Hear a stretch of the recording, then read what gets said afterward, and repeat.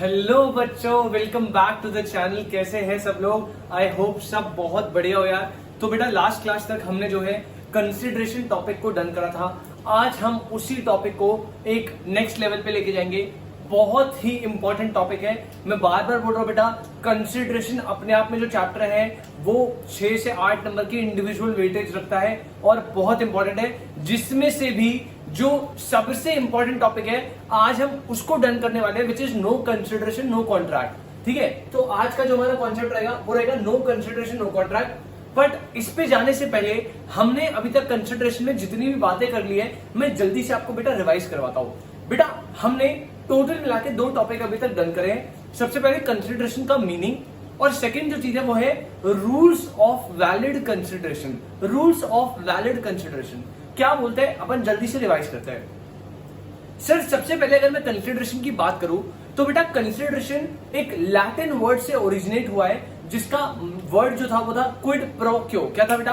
Quid pro क्यो, which means something in return. तो basically sir consideration क्या है कि एक कॉन्ट्रैक्ट में दोनों पार्टीज को रिटर्न में कुछ ना कुछ मिलता है, एंड दैट जो रिटर्न में कुछ मिल रहा है उसे बोलता है कंसिडरेशन। सर कंसिडरेशन जो है वो मैंने आपको बताया था फुल्ली कैश हो सकती है, पार्टली कैश पार्टली काइंड हो सकती है, बट वो फुल्ली काइंड नहीं होगी। मतलब कुछ पार्ट ऑफ कंसिडरेशन हमेशा इन टर्म्स ऑफ मनी होना ही होना चाहिए। ठीक है, उसके बाद में कंसिडरेशन की लीगल फॉर्मेट पे गया था, लीगल डेफिनेशन, और बहुत ही सिंपल लीगल डेफिनेशन थी। आई होप आपको याद हो। सेक्शन 2 क्लॉज डी कौन डिफाइन करता है बेटा? Section 2 clause D.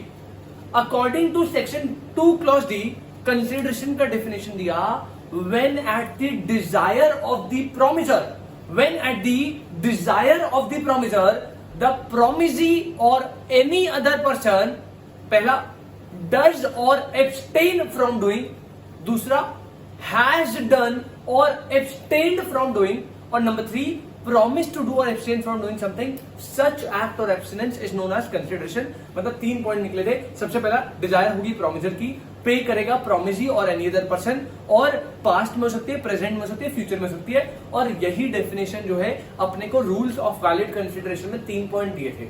ठीक है, तो डेफिनेशन के बाद अपन गए थे रूल्स ऑफ वैलिड कंसिडरेशन, जिसके स्टार्टिंग के 3 रूल जो है, 3 एसेंशियल एलिमेंट है। अगर आपको कंसिडरेशन को वैलिड या लॉफुल बनाना है तो आपको सारे एसेंशियल को फुलफिल करना पड़ेगा, जिसमें से 3 पॉइंट 3 एसेंशियल डेफिनेशन से ही निकल कर आए। सर कौन से 3 पॉइंट बेटा? नंबर 1 कंसिडरेशन हमेशा eight the desire of the promisor होगा। नंबर 2 कंसिडरेशन मूव करेगा फ्रॉम प्रोमिसी और एनी अदर पर्सन। केस लो था चिनाया वर्सेस रमाया वाला। पॉइंट नंबर 3 कंसिडरेशन में भी पास्ट, प्रेजेंट और फ्यूचर। पॉइंट नंबर 4 था बेटा consideration need not to be adequate, मतलब हो तब भी चलेगा, ना हो तब भी चलेगा। पॉइंट नंबर 5 कंसिडरेशन, अगर कोई चीज है वो आपकी एग्जिस्टिंग ड्यूटी है, एग्जिस्टिंग ड्यूटी है, मतलब आप लीगली बाउंड टू परफॉर्म हो कोई एक्ट करने के लिए, तो वो कंसिडरेशन नहीं होगा, वो कंसिडरेशन नहीं होगा। कोई भी ऐसा काम जो आपकी एग्जिस्टिंग ड्यूटी है, that is not consideration. But हाँ, अगर आप उस एग्जिस्टिंग ड्यूटी से ज्यादा बढ़कर कुछ काम करते हो तो वो कंसिडरेशन ट्रीट किया जाएगा। उसके बाद कंसिडरेशन हमेशा रियल होगी, नॉट इल्यूजनरी। और लास्ट पॉइंट था कंसिडरेशन में not be unlawful, immoral and oppose to public policy. तो हमने 7 पॉइंट्स मोटे मोटे डन करे थे कंसिडरेशन के वैलिड कंसिडरेशन के रूल्स के लिए, और मेरे हिसाब से आपको डेफिनेशन लर्न हो चुकी है, आपको सारे एसेंशियल एलिमेंट डन हो चुके हैं। और आज हम अपनी थर्ड हेडिंग और सेकंड लास्ट हेडिंग पे चलेंगे, which is no consideration no contract. No consideration no contract बेटा आपको नाम से समझ आना चाहिए। अगर आप इसे रीड करो, वो बात कर रहा है बेटा नो कंसिडरेशन, इसका मतलब है नो कॉन्ट्रैक्ट। अगर आप हेडिंग को बड़े आराम से पढ़ेंगे तो हेडिंग क्या बोलना चाहती है, कॉन्सेप्ट क्या बोलना चाहता है, ये आपको अल्टीमेटली खुद से क्लियर हो जाएगा। हेडिंग ने बोला no consideration means no contract, no consideration means no contract, no consideration means no contract. समझने की कोशिश करो बेटा, ये टॉपिक आपसे बस एक सिंपल सी बात कर रहा है जो आप पहले से भी जानते हैं।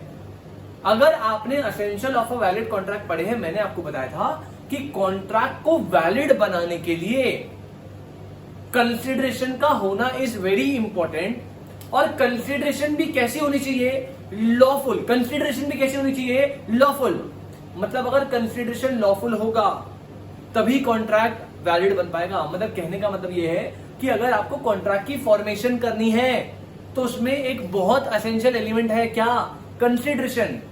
मतलब अगर किसी कॉन्ट्रैक्ट में कंसिडरेशन वाला एलिमेंट नहीं है तो क्या वो कॉन्ट्रैक्ट बन पाएगा? Answer is no.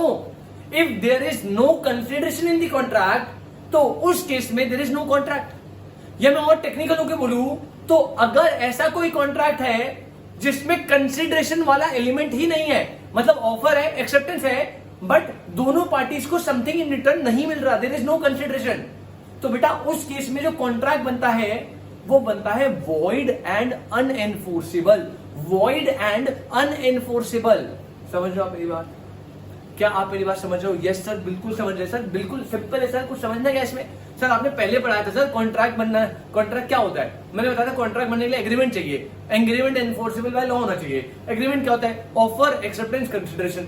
अब भैया अगर कंसिडरेशन ही नहीं है दोनों पार्टीज के लिए तो क्या वो एग्रीमेंट है? नहीं। अगर एग्रीमेंट ही नहीं है तो कॉन्ट्रैक्ट बनने का तो सवाल ही पैदा नहीं होता ना, क्योंकि कॉन्ट्रैक्ट बनना है तो आपको एग्रीमेंट बनना पड़ेगा। एग्रीमेंट बनना है तो ऑफर, एक्सेप्टेंस, कंसिडरेशन तीन होनी चाहिए।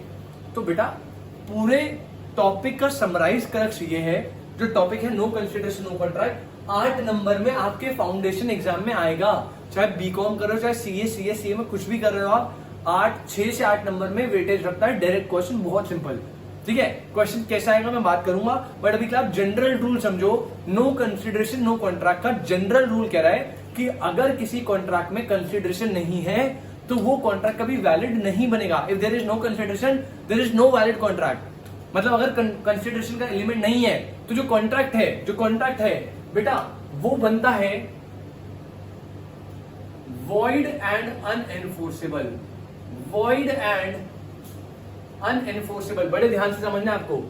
कह रहा है द जनरल रूल, ये ना ये जनरल रूल है सर। जनरल रूल मतलब अभी समझाऊंगा। जनरल रूल का मतलब है, जनरल रूल है कि an agreement made without consideration, an agreement made without consideration is void and unenforceable.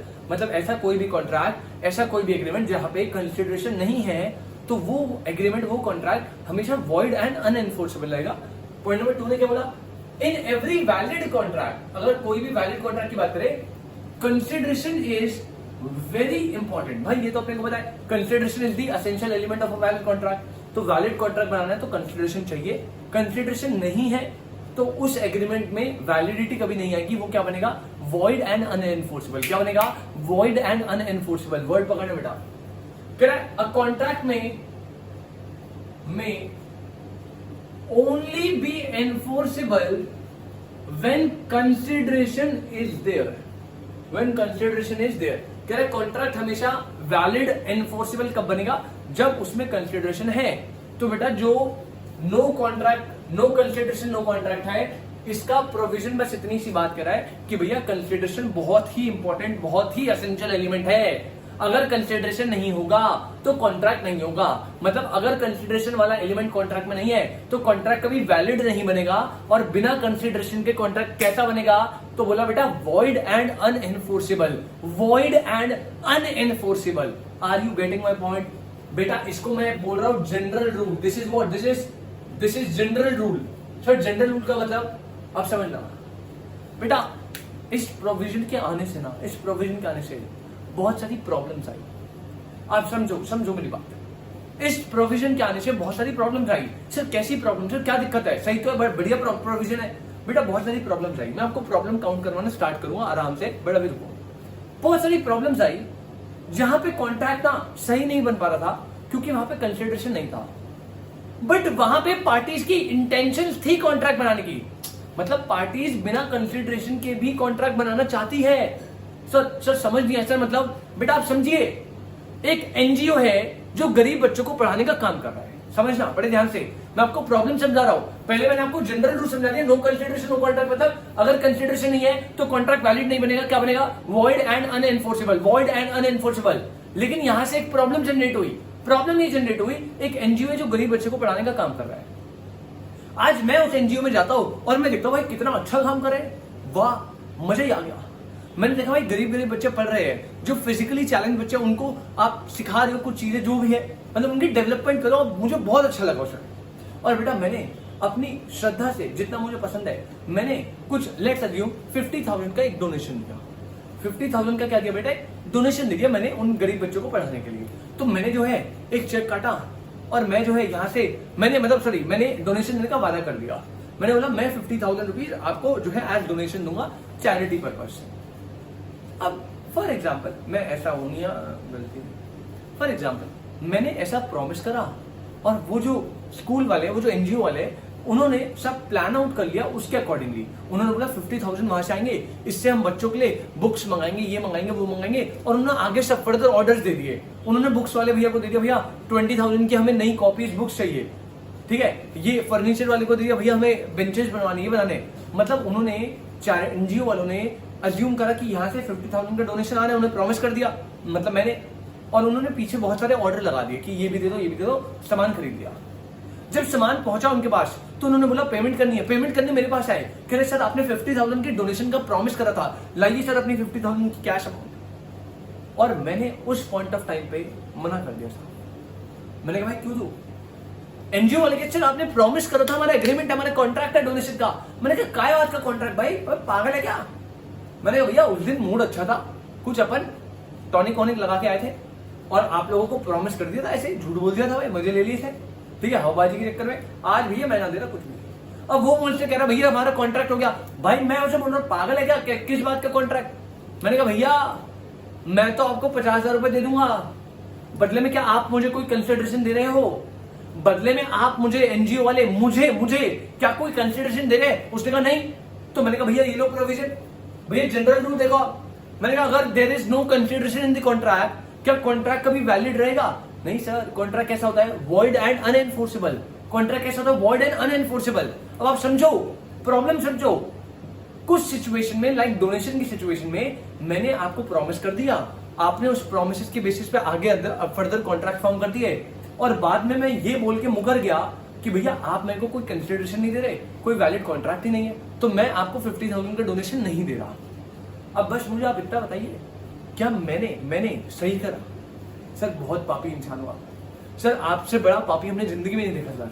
मतलब आपके मुंह में इतनी बढ़िया बढ़िया बातें निकल रही होगी मेरे लिए, मुझे पता है बेटा, पता है।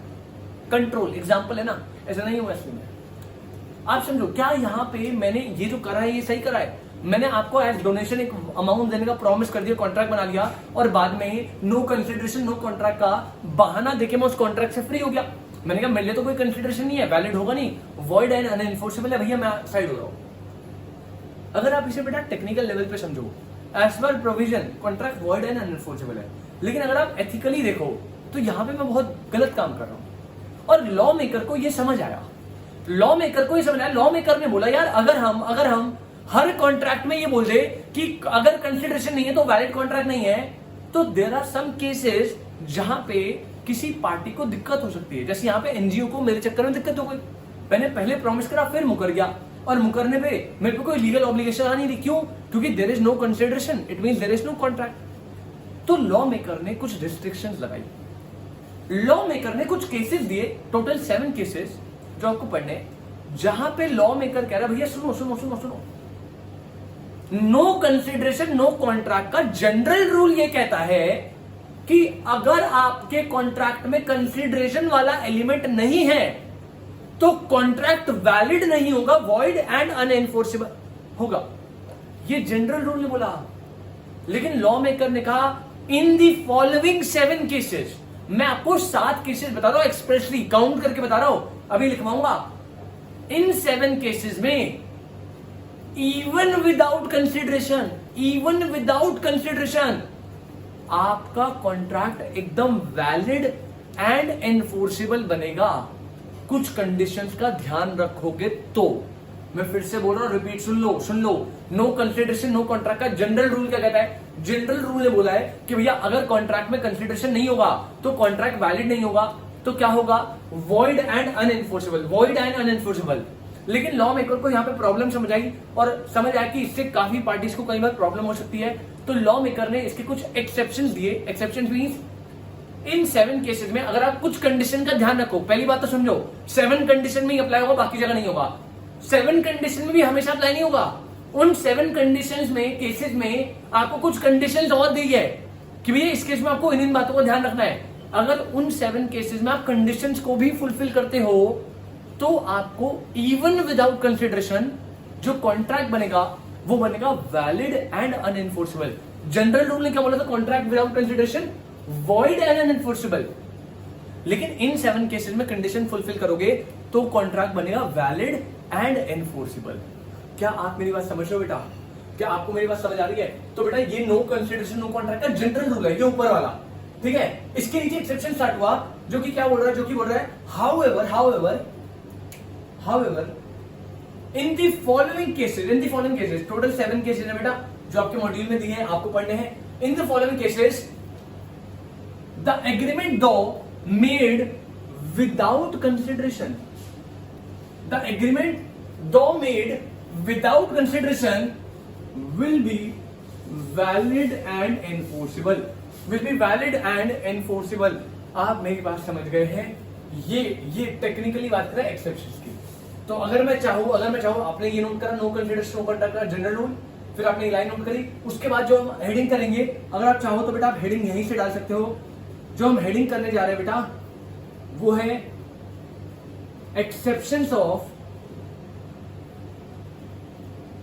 exceptions of no consideration no consideration no contract मतलब ये इसके एक्सेप्शन है। मतलब यहाँ पे नो कंसिडरेशन के बाद भी कॉन्ट्रैक्ट बन जाएगा। जनरली क्या है, अगर कंसिडरेशन नहीं है तो कॉन्ट्रैक्ट नहीं है, कॉन्ट्रैक्ट कैसा? Void and unenforceable. लेकिन इन केसेस में अगर कंसिडरेशन नहीं भी है फिर भी हम कॉन्ट्रैक्ट को कैसा मानेंगे बेटा? हम कॉन्ट्रैक्ट को वैलिड एंड एनफोर्सेबल मानेंगे इन्हीं केसेस में। बस मैं पर्टिकुलरली बता रहा हूं, तो मैंने इसके नीचे डाली heading exceptions of no consideration no contract, exceptions of no consideration no contract. और देयर आर टोटल 7 केसेस। हम एक एक करके बताएंगे आपको बहुत आराम से, बहुत डिटेल में, विद एक का एग्जाम्पल। अब सबसे बड़ी बात जो मुझे आपके मॉड्यूल में लगती है ना बेटा, आपके मॉड्यूल में ना स्ट्रक्चरिंग नहीं है। मतलब आपके मॉड्यूल में आपको देखिए, आप अगर देखोगे आपको कुछ समझ ही नहीं आएगा। क्यों? क्योंकि उन्होंने सिर्फ पॉइंट उठाया। अब वो चीज क्या होती है, उसका मतलब क्या है? जैसे एक केस आप मॉड्यूल में अगर देखो, आपने पढ़ा है तो एक केस है बेलमेंट के केस में वो कह रहा है there is no consideration requirement. अब आपके दिमाग में उठेगा बेलमेंट क्या होता है, ये क्या होता है? बेटा कोई टेंशन नहीं है, अपन सब समझेंगे। बट आपके उसमें कहीं पे बेलमेंट नहीं बताया। बेलमेंट कितने टाइप्स का होता है ये नहीं बताया। बेलमेंट का मतलब क्या, क्यों कंसिडरेशन चाहिए, क्यों नहीं चाहिए, कुछ नहीं बताया। बस एक लाइन दे दी कि in case of bailment there is no requirement of consideration to make a valid contract. Bailment क्या है बच्चे को पता ही नहीं है, बच्चे को बेलमेंट का बेस क्लियर नहीं है। उसके बाद दे दी बेलमेंट, आप जाके पढ़ोगे इंटर में, जो इंटर में आपका अदर लॉ में कॉन्ट्रैक्ट आएगा। इसके अलावा एक और पॉइंट है एजेंसी। अब एजेंसी क्या होती है बच्चे को नहीं पता। एजेंसी कैसे नो कंसिडरेशन नो कॉन्ट्रैक्ट का एक्सेप्शन है बच्चे को नहीं पता। बस आपके में एक पॉइंट दे दिया, in case of agency there is no requirement of the consideration. Agency भी आपका इंटर का पार्ट है। तो बेटा आपके मॉड्यूल में बहुत ज्यादा स्ट्रक्चरिंग की प्रॉब्लम है, तो हम वो प्रॉब्लम हमें लेना देना नहीं है। हम तो आपको एक एक टॉपिक बिल्कुल डेप्थ में पढ़ाएंगे, चाहे इसमें 1 घंटा लगे 2 घंटा, ठीक है। मेरा कॉन्सेप्ट सिंपल सा है बेटा, आपको एकदम कॉन्सेप्ट की क्लैरिटी देनी है। केस स्टडी कैसे भी है, कैसे भी करके घुमा फिरा के पूछे, अपने को कोई टेंशन नहीं लेना, ठीक है ना। तो बेसिकली अपन यहाँ पे आप मेरे साथ हेडिंग डालेंगे exception of no consideration no contract, और फिर हम इस कॉन्सेप्ट को लिखने वाले सातों के सातों पॉइंट एक एक करके डेप्थ में विद एग्जांपल समझेंगे। बट पहले आप इसको क्लियर कीजिए, क्या आपको ये बात समझ आई? क्या आपको अभी तक की सारी बातें क्लियर है? और सारी बातों का अगर मैं एक क्रक्स निकाल के दे दूं तो बड़ी सिंपल सी, मैंने बस 2 बातें बताई सर। पहली बात है general rule no consideration no contract. अगर किसी कॉन्ट्रैक्ट में कंसिडरेशन नहीं है, अगर किसी कॉन्ट्रैक्ट में कंसिडरेशन नहीं है तो वो कॉन्ट्रैक्ट हमेशा वॉइड एंड अनएनफोर्सेबल रहेगा, वैलिड नहीं बनेगा। वैलिड नहीं बनेगा, क्या बनेगा? Void and unenforceable. लेकिन there are some cases 7 cases जहां पे अगर आपके कॉन्ट्रैक्ट में कंसिडरेशन नहीं भी है फिर भी आपका कॉन्ट्रैक्ट वैलिड एंड एनफोर्सेबल बनेगा। तो यहां पे जनरल रूल है और जनरल रूल के 7 एक्सेप्शंस है। तो जनरल रूल हमने सारा पढ़ लिया और यहां से हम एक्सेप्शंस को डन करने वाले टोटल। तो मेरे हिसाब से आपको क्लियरिटी आ गई हो बेटा। अगर नहीं आई तो आप प्लीज दोबारा से देखिए, कोई डाउट है पूछिए, जल्दी से इसे नोट करो, फिर हम एक्सेप्शंस की लिस्ट बनाना स्टार्ट करेंगे और समझेंगे। जल्दी से नोट करेंगे भाई, जल्दी से। चलिए बेटा, तो स्टार्ट करते हैं अपने केसेस को।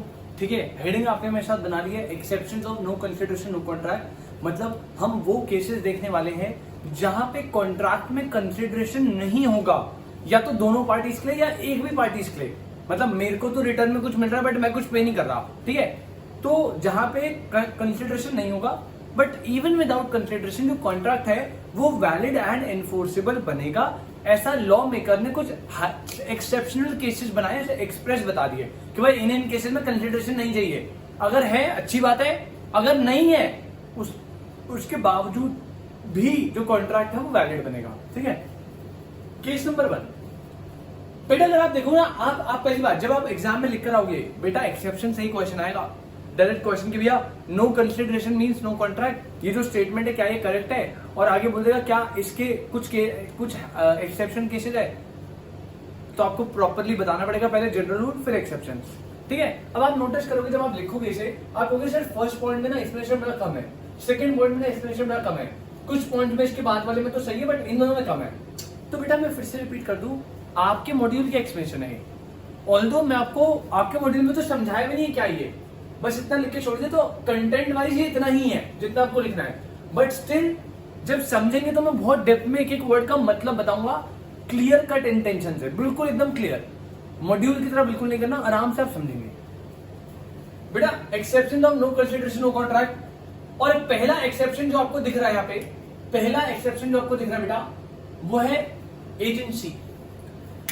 पहला exception of no consideration no contract is agency. Sir कौन सी एजेंसी सर, हम जो सोच रहे वो ना बेटा ये जो एजेंसी है ना, ये बात कर रहा है कॉन्ट्रैक्ट ऑफ एजेंसी की, ठीक है। अब समझना, ये पॉइंट नंबर 1 है, आपने इसका एक्सप्लेनेशन लिखा, एक्सप्लेनेशन बोल क्या रहे हो, एक्सप्लेनेशन ये बोल रहा है कि no consideration is required to create an agency. मतलब अगर आपको एजेंसी क्रिएट करनी है, एजेंसी का मतलब क्या है, contract of agency, contract of agency. अगर आपको कॉन्ट्रैक्ट ऑफ एजेंसी क्रिएट करना है, फॉर्म करना है, तो उस केस में किसी भी तरह की कंसिडरेशन की रिक्वायरमेंट नहीं है। No consideration is required in case of agency या to create agency. This is point number 1। अब आपके दिमाग में बहुत सारे क्वेश्चन आएंगे। सबसे पहला क्वेश्चन तो sir what is agency, what is contract of agency, sir क्या होता है, कहां पढ़ेंगे। तो बेटा मैं आपको क्लियर आउट करता हूं। बेटा ये फाउंडेशन में नहीं है। जब आप सीए इंटर में जाएंगे तो सीए इंटर में आपकी 2 बुक्स है, कॉर्पोरेट लॉ मतलब कंपनीज एक्ट, और दूसरा है अदर लॉ। अदर लॉ में आपके टोटल 4 एक्ट है, 3 एक्ट है, मतलब एक अलग से टॉपिक है। उसमें से सबसे पहला एक्ट है इंडियन कॉन्ट्रैक्ट एक्ट 1872। सर मतलब हमें फाउंडेशन में भी कॉन्ट्रैक्ट पढ़ना है, इंटर में भी कॉन्ट्रैक्ट, यस। वहां पे भी 10 से 12 नंबर की वेटेज कॉन्ट्रैक्ट रखता है आपके। लेकिन कॉन्ट्रैक्ट में आप ये नहीं पढ़ोगे, तो बेसिक है। कॉन्ट्रैक्ट में आप पढ़ोगे स्पेशल कॉन्ट्रैक्ट्स। स्पेशल कॉन्ट्रैक्ट में आप 5 कॉन्ट्रैक्ट पढ़ोगे सीए इंटर में, ठीक है। जो हम फाउंडेशन के बाद स्टार्ट करेंगे सीरीज, उसमें हम सीए इंटर की लॉ डालेंगे पूरी, ठीक है। अब उस सीरीज में पर्टिकुलरली आप देखोगे स्पेशल कॉन्ट्रैक्ट्स में सबसे पहला आता है contract of indemnity, contract of guarantee, contract of bailment, contract of pledge, और लास्ट आता है कॉन्ट्रैक्ट ऑफ एजेंसी। समझना, मैं यहाँ पे लिखा ये स्टेटमेंट, इसके नीचे एग्जाम्पल डाल रहा हूं, लेकिन मैं एग्जाम्पल यहां बनाऊंगा, अब इसके नीचे बना देना। बेटा देखो मैं बात कर रहा हूं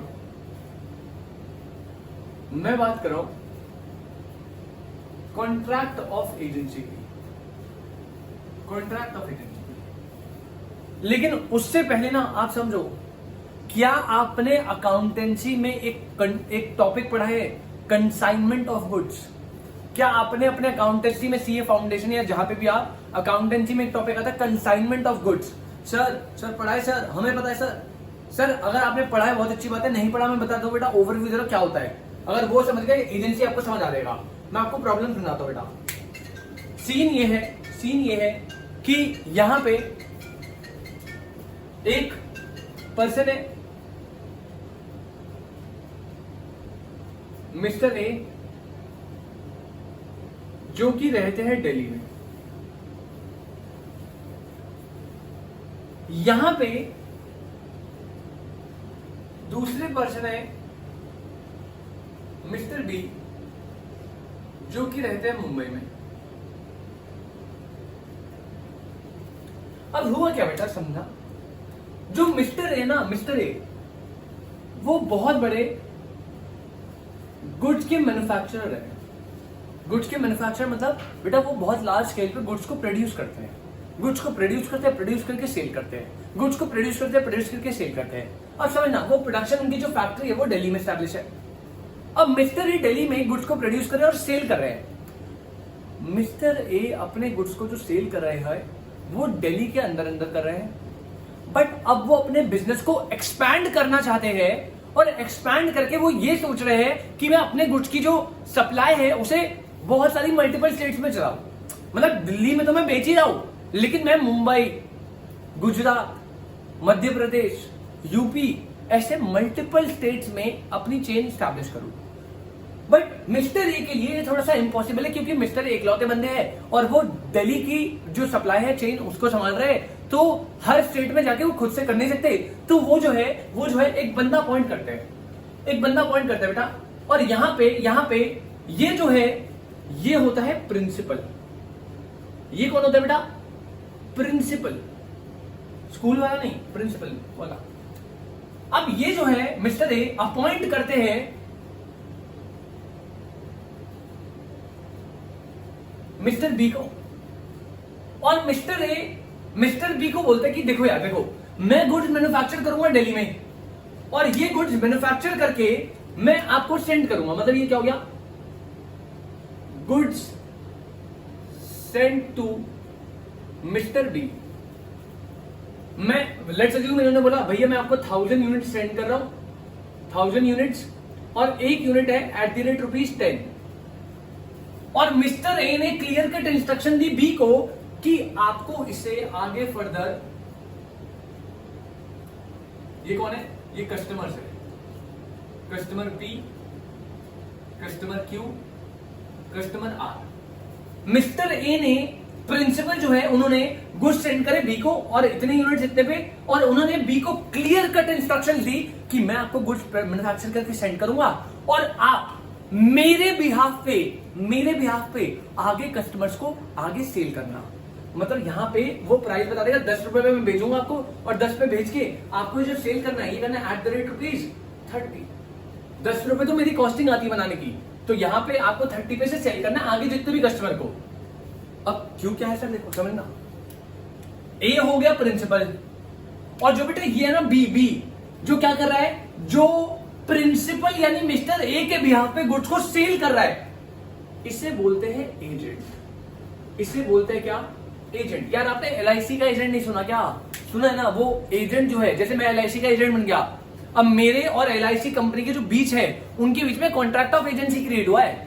मतलब LIC जो है कंपनी, वो ही प्रिंसिपल, उसे अपनी इंश्योरेंस बिकवानी है या मल्टीपल जो भी चीजें हैं वो सर्विसेज देनी है। अब LIC वाला कह रहा है कंपनी वाला मैं थोड़ी घूम के जाऊंगा, इधर घूमो उधर घूमो, दिल्ली में जाओ, पंजाब में जाओ, सेल करो। कह रहा है काम करते हैं अपन हर जगह पे अपने एजेंट स्टैब्लिश कर देते हैं। अब मैं प्रिंसिपल, मेरे गुड्स है, और मैंने हर एजेंट को काम दे दिया कि वो मेरे बिहाफ पे गुड्स को सेल करे आगे। आप समझ लो मेरी बात, समझ लो। मतलब गुड्स का ओनर कौन है? ए, लेकिन प्रिंसिपल ने एजेंट को पावर दी है कि भैया आप मेरे बिहाफ पे एक्ट करो। मतलब बी जो है जितने भी गुड्स बेचेगा, बेच रहा है बी, लेकिन किसके बिहाफ पे? प्रिंसिपल के बिहाफ पे, ए के बिहाफ पे। मतलब बी बेच रहा है, बट हम अज्यूम करेंगे जैसे ए बेच रहा है, क्योंकि एजेंट अपनी अथॉरिटी में जितने भी काम करेगा ना, उन सारे काम के लिए रिस्पॉन्सिबल कौन होता है? प्रिंसिपल। ये बेटा आप इंटर में जाके पढ़ोगे, मैं आपको एक ओवरव्यू दे रहा हूं, ठीक है। और ये देखो यहाँ पे प्रिंसिपल हो गया, ये एजेंट हो गया। एजेंट प्रिंसिपल के बिहाफ पे काम करता है, और एजेंट अगर अथॉरिटी के अंदर कोई भी काम करेगा तो हम ट्रीट करेंगे, डीम्ड मानेंगे कि प्रिंसिपल ने काम करा है। एजेंट कोई भी काम करेगा विद इन हिज अथॉरिटी तो हम डीम्ड मानेंगे कि प्रिंसिपल ने काम करा है, प्रिंसिपल बाइंड हो जाएगा उस एक्ट के लिए। समझ लो क्या बेटा? कंसाइनमेंट में ना प्रिंसिपल को बोलते थे कंसाइनर और एजेंट को बोलते थे कंसाइनी। यही होता था, सेम यही होता था। और बेटा यहां पे जो ये पूरी सिचुएशन क्रिएट हो रही है ना, इस पूरी सिचुएशन को बोलते हैं कॉन्ट्रैक्ट ऑफ एजेंसी। क्या बोलते हैं? Contract of agency. किसके बीच में? जो ए और बी के बीच में कॉन्ट्रैक्ट हुआ है वो क्या है? Contract of agency. अब समझ, वो कह रहा है no consideration is required to create an agency. Sir मतलब अब देखो यहां पे कंसिडरेशन क्या है? जो मिस्टर ए है उन्हें तो सबसे बढ़िया चीज है, उनके तो गुड्स बिक रहे हैं, भाई ए बी जो है उन्हें सर्विस दे रहा है, बी उनके गुड्स उनके बिहाफ पे आगे कस्टमरों को सेल कर रहा है, तो मिस्टर ए के लिए तो कंसिडरेशन है। अरे हाँ या ना? ये सर मिस्टर बी जो है ना, आपने अगर कंसाइनमेंट पढ़ा हो तो बेटा जब मिस्टर बी 30 रुपीज पे सेल करता है तो इसे एजेंट को पता है क्या मिलती है? कमीशन। एजेंट को आपने अगर कंसाइनमेंट पढ़ा है बेटा, मैं फिर से बता रहा हूं, पढ़ा है नहीं पढ़ा कोई दिक्कत नहीं, मैं बता रहा हूं, कमीशन मिलती है। मतलब एक कहेगा यार तू मेरे यहाँ पे गुड्स बेच रहा है, 10 रुपए का मैंने बनाया, 30 रुपीज में तू बेच रहा है, एक काम कर जितने भी तू गुड्स बेचेगा उसमें जो टोटल सेल्स होगी ना उसका 10% तेरा कमीशन। अब इससे देखो, इससे समझो, ये बहुत जरूरी है, इससे बी मोटिवेट होगा, बी कहेगा यार अगर मैं ज्यादा सेल करूंगा तो 1 करोड़ की सेल का 10% इतना 10 लाख, अगर 5 करोड़ की करूंगा 50 लाख मिलेगा। मतलब बी जो है एजेंट मोटिवेट होगा कि मैं जितना एक्ट करूंगा प्रिंसिपल के बिहाफ पे, जितनी सेल करूंगा उतना मुझे परसेंट मिलेगा, कमीशन मिलेगा, है ना। अब पढ़ते थे कंसाइनमेंट में नॉर्मल कमीशन होती है, एक डेल क्रेडिटर कमीशन होती है, ओवरराइडिंग कमीशन है, डिफरेंट टाइप्स ऑफ कमीशन होती है। तो बेसिकली ए जो है उसके लिए कंसिडरेशन क्या भैया? उसका काम निकल रहा है, उसके गुड सेल हो रहे हैं। बी जो है गुड सेल कर रहा है, उसके बदले उसे कंसिडरेशन क्या मिल रही है? कमीशन मिल रहा है। मतलब यहाँ पे ए के लिए भी कंसिडरेशन है, बी के लिए भी कंसिडरेशन है। क्या ये इन दोनों के बीच में जो कॉन्ट्रैक्ट ऑफ एजेंसी है, क्या बेटा ये वैलिड कॉन्ट्रैक्ट है? आंसर इज यस, बिल्कुल सही है। लेकिन प्रोविजन ने पता है क्या बोला? प्रोविजन ने कहा मान लो अगर बी को कमीशन नहीं भी मिल रहा होता, मान लो बी भैया बिल्कुल एकदम बढ़िया बंदा है, खाली फोकट में ए के बिहाफ पे काम कर रहा है, इसका रिश्तेदार है, कोई भी है, मुझे नहीं पता XYZ, मुझे नहीं पता ऐसा क्यों कर रहा है, कमीशन ले रहा है, बहुत अच्छी बात है, तब तो दोनों के लिए कंसिडरेशन है। अगर बी कमीशन लेने से मना भी करते, कहते मुझे कुछ नहीं चाहिए, मैं आपके बिहाफ पे बस काम करूंगा, रिटर्न में कुछ नहीं चाहिए, मुझे कुछ नहीं चाहिए, कुछ नहीं चाहिए, मतलब यहाँ पे ए के लिए तो कंसिडरेशन है बट बी के लिए देयर इज नो कंसिडरेशन। और जनरली जब कंसिडरेशन नहीं होता दोनों पार्टीज के लिए तो कॉन्ट्रैक्ट कैसा बनता है? Void and unenforceable. लेकिन in case of contract of agency, अगर प्रिंसिपल और एजेंट में से किसी भी पर्सन के लिए कंसिडरेशन है या नहीं है, अपने को फर्क नहीं पड़ता, कॉन्ट्रैक्ट ऑफ एजेंसी वैलिड रहेगा, कॉन्ट्रैक्ट ऑफ एजेंसी वैलिड रहेगा, हमेशा याद रखेंगे बात, क्योंकि no consideration is required to create an agency. Contract of agency में जरूरी नहीं है दोनों पार्टीज को इन रिटर्न कंसिडरेशन मिले या ना मिले, मिल रही है बहुत अच्छी बात है, नहीं भी मिल रही फिर भी कॉन्ट्रैक्ट वैलिड है, फिर भी कॉन्ट्रैक्ट वैलिड है। अगर मान लो एजेंट ने मिस्टर बी ने अलाउ कर दिया कि हाँ भाई मुझे पैसे नहीं चाहिए, कॉन्ट्रैक्ट फॉर्म कर लिया और बाद में उसे लालच हुआ, बाद में कह रहा भैया कॉन्ट्रैक्ट नहीं है बिल्कुल सही, कह रहा मुझे कंसिडरेशन ही नहीं मिल रही, कॉन्ट्रैक्ट कैसे सही है? बेटा कॉन्ट्रैक्ट सही है, अब भाग नहीं सकता भैया, क्योंकि एजेंसी का जो कॉन्ट्रैक्ट है वो बिना कंसिडरेशन के भी वैलिड होता है, एनफोर्सेबल होता है। आपको पहले बताना था, आपने अगर अलाउ कर दिया कॉन्ट्रैक्ट बन गया, फिर चाहे कंसिडरेशन हो या ना हो कॉन्ट्रैक्ट वैलिड रहेगा। क्या आपको मेरी बात समझ आ रही है बेटा?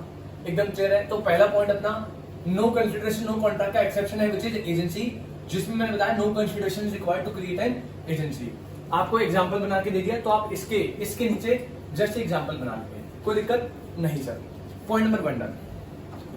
अब आते हैं बेटा एक्सेप्शन नंबर 2 पे। आपका जो एक्सेप्शन नंबर 2 है वो और ही सिंपल है।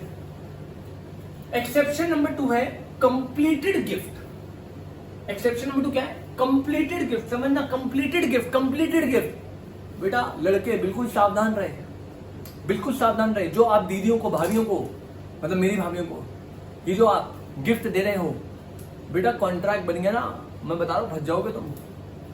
सेकेंड पॉइंट में बोला, सेकेंड पॉइंट में क्या बोला देखो, कह रहा है पहली बात completed gift means, completed gift means gift already handed over. Completed gift का मतलब क्या है? मैंने फॉर एग्जांपल मिस्टर एक्स का बर्थडे, आज मैं उनके लिए गिफ्ट लाया, गिफ्ट को दे दिया, गिफ्ट को ने दे दिया, दैट इज जैसे दिया कंप्लीटेड गिफ्ट। ऐसा गिफ्ट जो ऑलरेडी हैंड ओवर हो चुका है, मेरे से उस तक चला गया है, उसे बोलते हैं कंप्लीटेड गिफ्ट। और कंप्लीटेड गिफ्ट के केस में जो कॉन्ट्रैक्ट है वो बिल्कुल सही रहेगा, इवन विदाउट कंसिडरेशन। सर क्या मतलब सर समझ नहीं आया? तो बेटा समझो समझो, मान लीजिए यहां पे हमारे जतिन भाई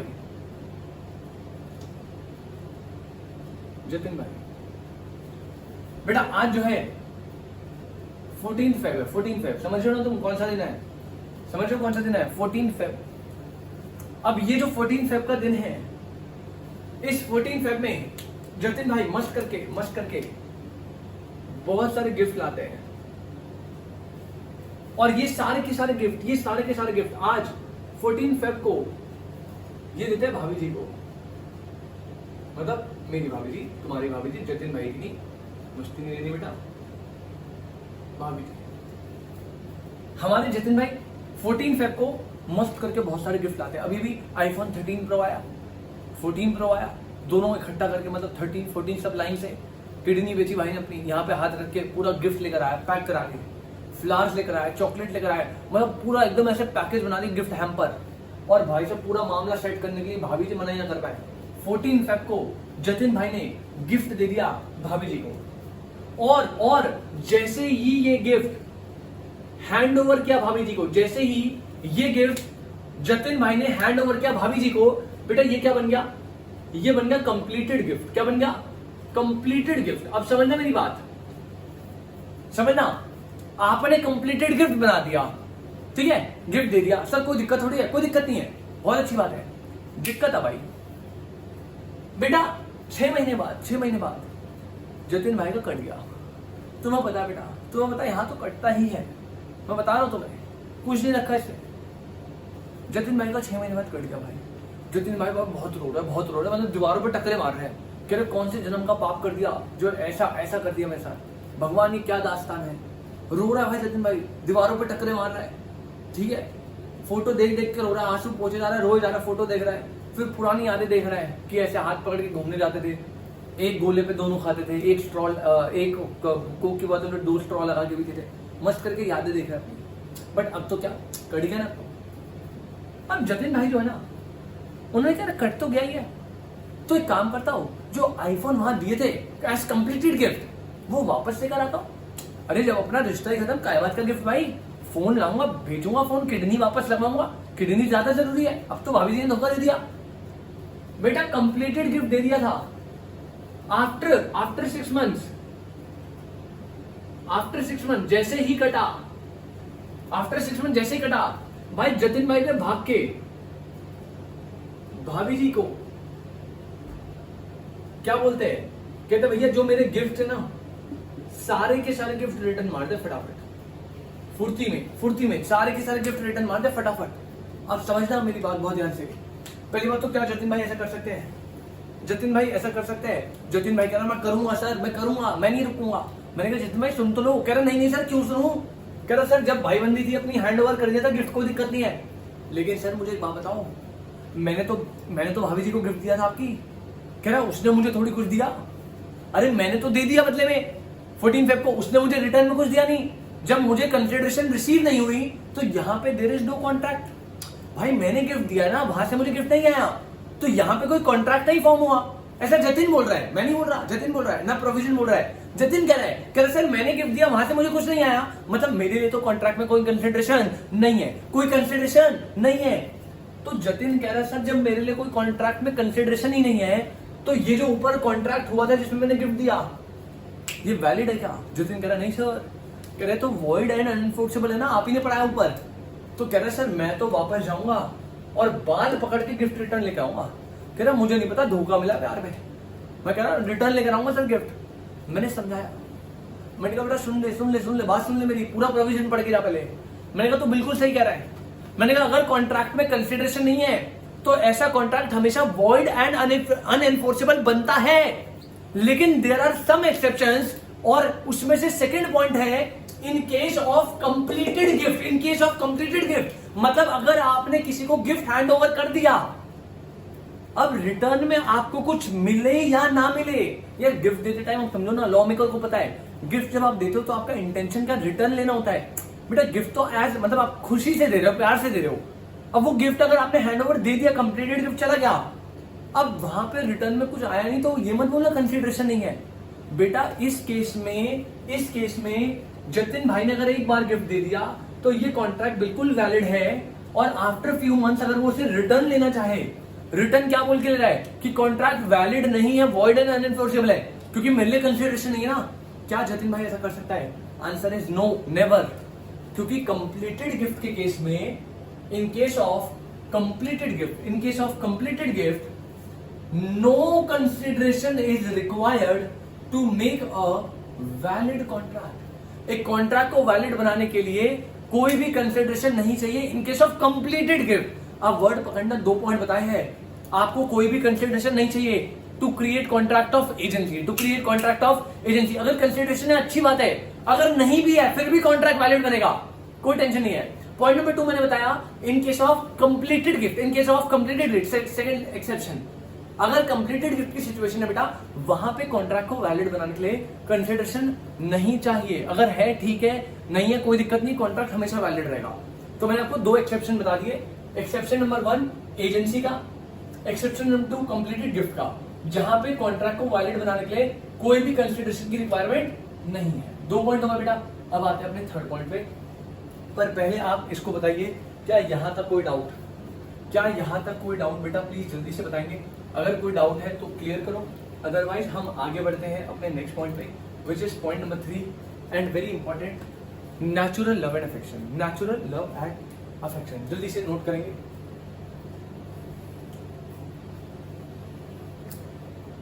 ठीक है, चलिए, तो मेरे हिसाब से आपका ये जो है दोनों टॉपिक डन हो चुकी है, कोई दिक्कत नहीं है। अगर कोई डाउट है प्लीज आप मुझे बताएंगे। 2 एक्सेप्शन करें, सबसे पहला इन केस ऑफ एजेंसी, दूसरा इन केस ऑफ कंप्लीटेड गिफ्ट। भैया कंसिडरेशन है, बहुत अच्छी बात है।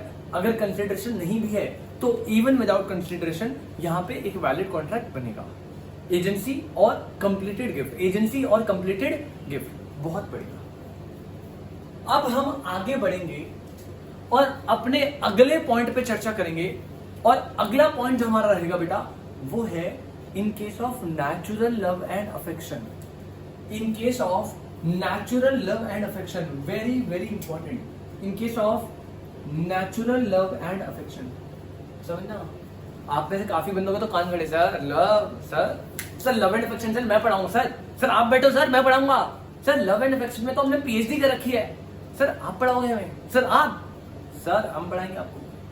Sir natural love and affection, sir देख के ना ऐसा मन सा कर रहा है सर पढ़ लू जल्दी से पढ़ लू सारा, बट समझो बेटा ये वाला लव नहीं है बेटा जो तुम सोच रहे हो। बड़े घिनौने बच्चे हो बेटा तुम, बड़े बेशरम बच्चे। वाला लव नहीं है बेटा, ये अच्छा वाला लव है, मम्मी पापा, पापा बेटा, हस्बैंड वाइफ, वो वाला लव। ठीक है, तो मस्ती नहीं लेनी बिल्कुल भी। अब समझना आपको आज मैं बहुत तगड़ी टेक्निक बताने जा रहा हूं। ऐसा करना हो कर लेना, बट किसी को ये मत बताना मैंने बताई है। मैं बता रहा हूं, नहीं तुम में भी पढ़ेंगे प्रसाद और मेरे में तो बजाओगे तुम। हाँ जी, तो सर क्या टेक्निक है समझते, थोड़ा समझना बेटा। थर्ड का एग्जांपल बना रहा हूं, पहले आप नोट कुछ मत करना, आराम से समझने पे ध्यान दो बेटा। यहां पे हमारे पास ये है पापा जी।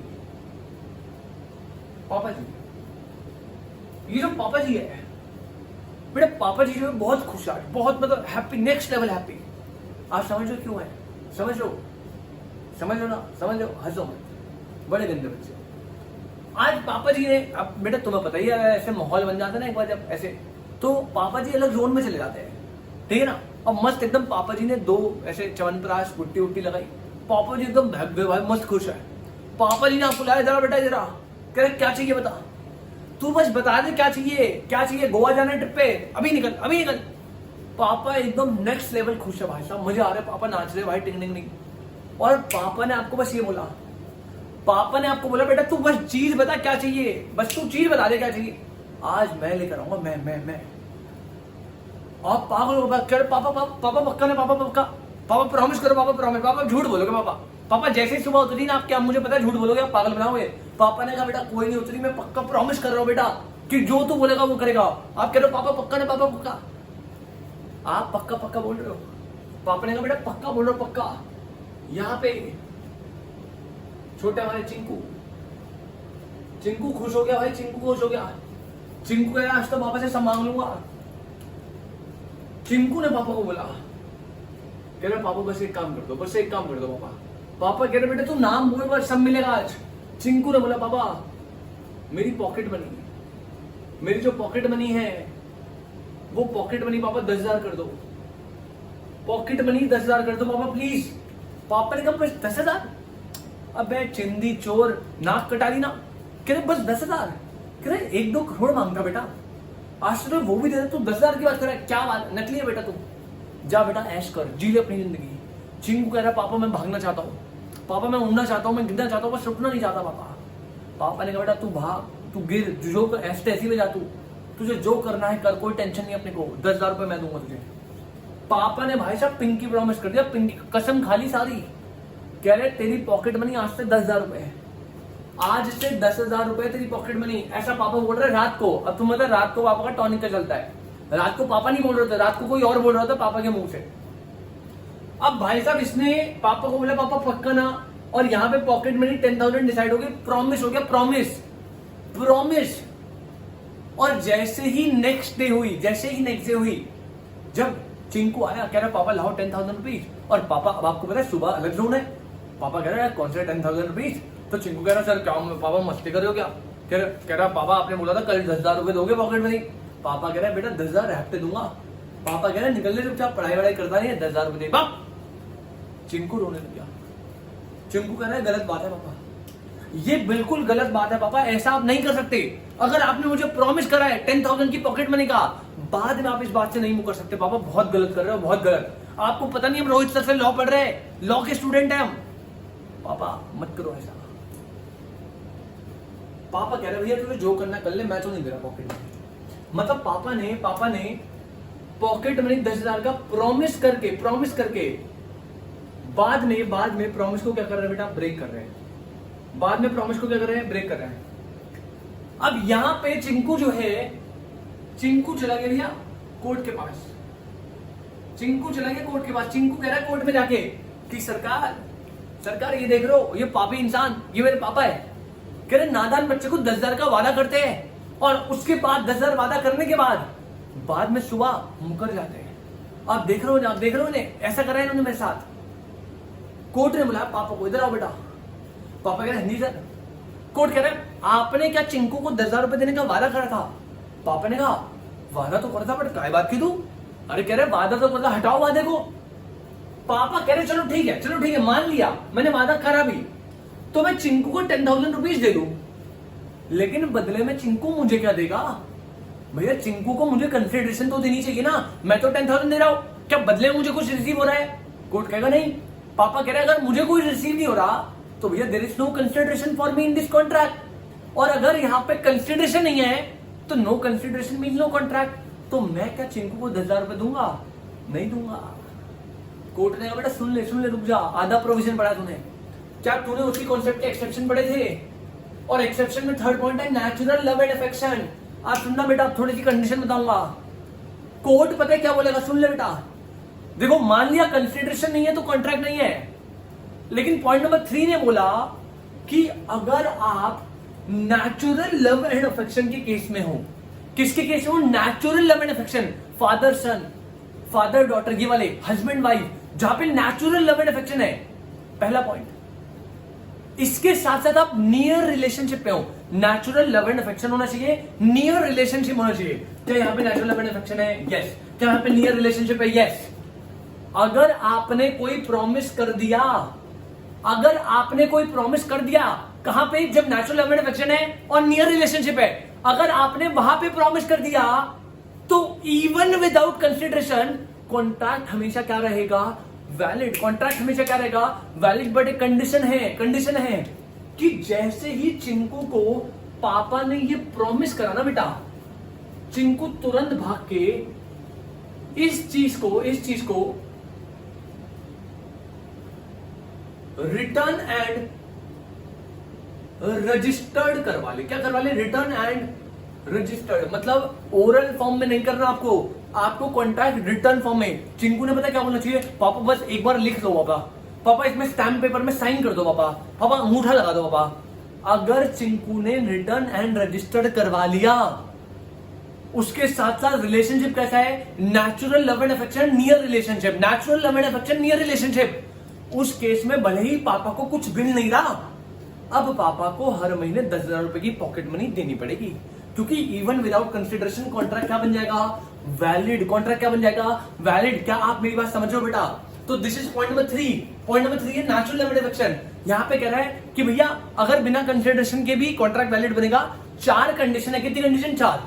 कंडीशन नंबर 1 है कि यहाँ पे नेचुरल लव एंड अफेक्शन होना चाहिए। कंडीशन नंबर 2 है देयर इज नियर रिलेशनशिप। कैसा रिलेशनशिप? नियर, पास का रिलेशनशिप होना चाहिए। थर्ड, रिटर्न कॉन्ट्रैक्ट होना चाहिए। फोर्थ, रजिस्टर्ड कॉन्ट्रैक्ट होना चाहिए। इसका मतलब अगर जो कॉन्ट्रैक्ट है वो रिटर्न है, रजिस्टर्ड है, दोनों पार्टीज के बीच में नेचुरल लव एंड अफेक्शन का नियर रिलेशनशिप है, तो वहां पे इवन किसी पार्टी के लिए कंसिडरेशन हो या ना हो, कॉन्ट्रैक्ट क्या बनेगा? वैलिड। कॉन्ट्रैक्ट क्या बनेगा? Valid. Are you getting my point? Sir इसका मतलब दो केस है। अगर चिंकू ने एग्रीमेंट को रिटर्न रजिस्टर करवा लिया तो भैया कोर्ट डायरेक्ट करेगा पापा को कि भैया 10,000 रुपए पे करो, 10,000 रुपए पे करो। अब तुम्हारे लिए कंसिडरेशन है या नहीं, हमें नहीं लेना देना, क्योंकि in case of natural love and affection अगर एग्रीमेंट रिटर्न एंड रजिस्टर्ड है और दोनों पार्टी जो है नेचुरल लव एंड अफेक्शन में नियर रिलेशनशिप में है, तो there is no requirement of consideration to make a valid contract. It means the contract is valid even though without consideration. Are you getting my point? बेटा? तो यहाँ पे ये case है और यहाँ पे आप क्या पापा को विदाउट कंसिडरेशन भी पैसे पे करने पड़ेंगे? Answer is yes. बस कंडीशन बना दी, नियर रिलेशनशिप होना चाहिए, नेचुरल लव एंड अफेक्शन होना चाहिए, और चिंकू ने जो कॉन्ट्रैक्ट है ये रिटर्न एंड रजिस्टर्ड बनाया। अगर एक कंडीशन भी फुलफिल नहीं है, मान लो नेचुरल लव एंड अफेक्शन है, नियर रिलेशनशिप है, कॉन्ट्रैक्ट रिटर्न रजिस्टर्ड नहीं है, तो क्या होगा? क्या तब वैलिड नहीं भाई, तब कॉन्ट्रैक्ट नहीं बनेगा। नेचुरल लव एंड अफेक्शन में कंडीशन भी दे रखी है, सारी कंडीशन फुलफिल होगी, नेचुरल लव एंड अफेक्शन होगा, तो भले ही कंसिडरेशन हो या ना हो, कॉन्ट्रैक्ट हमेशा वैलिड रहेगा, कॉन्ट्रैक्ट हमेशा वैलिड रहेगा। Are you getting my point? तो ये था आपका बेटा पॉइंट नंबर 3। मेरे हिसाब से आपको समझ आया हो। आपके एक्सप्लेनेशन में क्या बोला है, बड़े आराम से सुनेंगे। क्या रहा है? पहली चीज, अ रिटर्न एंड रजिस्टर्ड, तो ये तो आपको पता है, a written and registered agreement based on natural love and affection between the parties standing in near relationship। तो 4 कंडीशन यहाँ रिटर्न होना चाहिए, रजिस्टर्ड होना चाहिए, based on natural love and affection होना चाहिए, और कैसे होना चाहिए? नियर रिलेशनशिप में, to each other, is enforceable even without consideration. तो अगर एग्रीमेंट रिटर्न है, रजिस्टर्ड है, नेचुरल लव एंड अफेक्शन में है, नियर रिलेशनशिप में है, तो वो वैलिड एंड एनफोर्सेबल होगा इवन विदाउट कंसिडरेशन। मतलब अगर आपके पापा ने, मम्मी ने, आपके हस्बैंड ने, वाइफ ने, किसी ने आपको प्रॉमिस कर दिया कि गोल्ड रिंग दिलवाऊंगा पक्का, मम्मी कसम, बस बेटा आप एक रिटर्न और रजिस्टर्ड एग्रीमेंट बनवा लो, फिर वो तो क्या, आपके पापा के पापा जो है ना, वो भी आपको दिलवाएंगे, क्योंकि वो कॉन्ट्रैक्ट एकदम वैलिड है। और अगर पापा मना करते हैं तो आपके पास लीगल राइट है, पापा ये नहीं बोल सकते बदले में तूने मुझे क्या दिया। फिर आप बताना, पापा अगर रिटर्न है, रजिस्टर्ड है, नेचुरल लव एंड अफेक्शन है और नियर रिलेशनशिप है, तो वहां पे कंसिडरेशन के बिना भी कॉन्ट्रैक्ट क्या है? वैलिड। क्या है? Valid. Are you getting my point? कोई दिक्कत बेटा? तो यहाँ पे ये एक्सप्लेनेशन हो गया। आप प्लीज इसका एग्जाम्पल बनाओ, और यही मैंने लिखवा दिया यहाँ पे, following condition to be fulfil. यार याद रखना, कॉन्ट्रैक्ट वैलिड कब होगा? जब आप कंडीशन फुलफिल करोगे। पहली condition, natural love and affection between parties. दूसरी कंडीशन, पार्टीज में stand in near relationship to each other, parties में stand in near relationship to each other. Third बोला राइटिंग होना चाहिए, फोर्थ बोला रजिस्टर्ड होना चाहिए। तो ये natural love and affection, near relationship, written, registered, चारों कंडीशन है, उस केस में कॉन्ट्रैक्ट वैलिड होगा even without consideration. Contract valid होगा even without consideration. Are you getting my point? Are you getting my point? तो बेटा यहाँ पे हमने तीनों पॉइंट्स को करा है डन। मेरे हिसाब से अभी तक कोई दिक्कत नहीं है। आज की क्लास में अभी तक हमने क्या क्या कर लिया? सबसे पहले हमने कंसिडरेशन का कॉन्सेप्ट देखा, नो कंसिडरेशन नो कॉन्ट्रैक्ट, जिसमें मैंने आपको जनरल रूल बता दिया। जनरल रूल क्या है? जनरल रूल ये है कि भैया अगर कॉन्ट्रैक्ट में कंसिडरेशन नहीं है तो कॉन्ट्रैक्ट वैलिड नहीं है। कॉन्ट्रैक्ट कैसा है? Void and unenforceable. Void and unenforceable मतलब आपको कॉन्ट्रैक्ट को वैलिड बनाना है तो कंसिडरेशन चाहिए।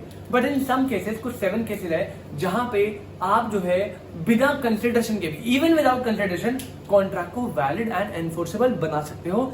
3 केसेस हमने देख लिए, टोटल 7 है। सबसे पहला, इन case of contract of agency. Contract of agency में क्या होता है बेटा? एक प्रिंसिपल होता है, एक एजेंट होता है। एजेंट जो है काम करता है on behalf of the principal, और एजेंट जो भी काम करेगा उसकी अथॉरिटी में, उसके एक्ट से बाइंड कौन होगा? लाइबल कौन होगा? प्रिंसिपल लाइबल होगा।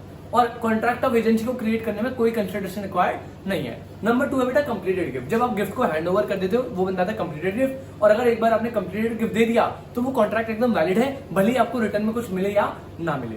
पॉइंट नंबर 3 था बेटा नेचुरल लव एंड अफेक्शन। तो यहाँ पे बताया अगर आप नेचुरल लव एंड अफेक्शन में हो, नियर रिलेशनशिप है, कॉन्ट्रैक्ट रिटर्न है, रजिस्टर्ड है, चारों कंडीशन अगर आप फुलफिल करते हो तो भले ही आपके लिए कोई कंसिडरेशन हो या ना हो, वो कॉन्ट्रैक्ट एकदम वैलिड रहेगा। 3 पॉइंट बता दिए। In case of agency no consideration is required. Second point, in case of completed gift contract is valid and enforceable even without consideration.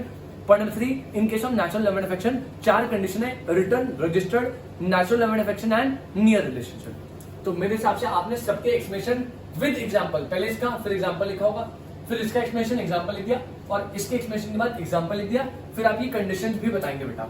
ठीक है, तो जब आपको डायरेक्ट क्वेश्चन आएगा बहुत अच्छे से presentation wise as it is ऐसे, बस आपको एग्जांपल ऐसे कभी ड्रॉ नहीं करना है अपने पेपर में, आपको बस ये लिखना है, ये पॉइंट्स लिखने हैं। ठीक है, तो आई होप आपको तीनों पॉइंट्स की अच्छे से क्लैरिटी हो। जल्दी से इसे नोट करेंगे बेटा, फिर हम कंटिन्यू करते हैं अपनी फर्दर टॉपिक को। जल्दी से नोट